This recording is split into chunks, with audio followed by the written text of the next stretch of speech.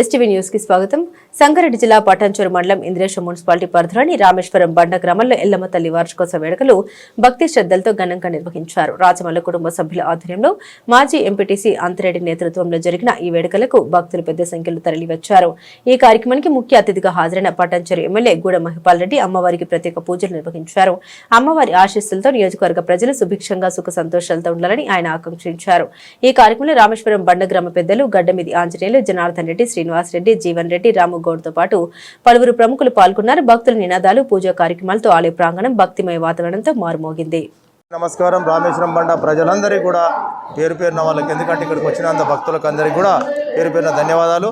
మరి ఈ గుడి 5 సంవత్సరాల కింద చిన్న పుట్టతోటి ఉండే, చుట్టూ రాళ్లతోటి కట్టి ఉండి మేమందరం కలిసి కూడా ఎమ్మెల్యే గారు దానికి పోతే ఖచ్చితంగా కట్టిస్తాను గుడి అని చెప్పేసి కూడా ఆయన మాట ఇచ్చి, మాట ప్రకారం ఆయన గుడిని కట్టించినందుకు ఆయనకు మేము ఊరంతా కూడా కృతజ్ఞత తెలపాలి.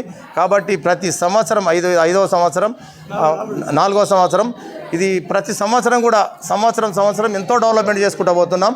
మరి ఇంకా 5వ సంవత్సరం కూడా, ఎందుకంటే 5వ సంవత్సరం ఉత్సవాలు ఉంటాయి కాబట్టి 5 సంవత్సరాలు ఖచ్చితంగా చేస్తాం పెద్ద ఎత్తున అని చెప్పి అనుకున్నాం.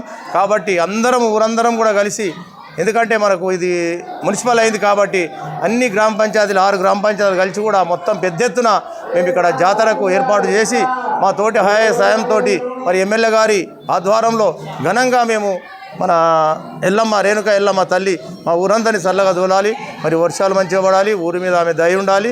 కాబట్టి మేము అనుకున్నట్టు కూడా ఆమె అనుకున్నట్టు మేమందరం కూడా చల్లగా ఉంటే ఆమె దీవెనలో మేమంతా కూడా మంచిగా ఆమెను దీవించుకుంటూ ఆమెకు మేము రుణపడి ఉంటామని చెప్పేసి గ్రామేశ్వరం ప్రజలందరం కూడా ఆమెకు మొక్కుబడి చేసి మేము పెద్ద ఎత్తున ఇంకా ఊరేగింపుతోటి కానీ రేపు 19వ తారీఖు నాడు మనకు మన పలారం బండి ఉన్నది, దాన్ని కూడా పెద్ద ఎత్తున ఊరందరం కూడా కలిసిమెలిసి అన్నదమ్ములు లేక అక్క జనాలు అందరం కలిసి పెద్ద ఎత్తున చేసుకుంటామని చెప్పేసి కూడా కోరుకుంటున్నాం.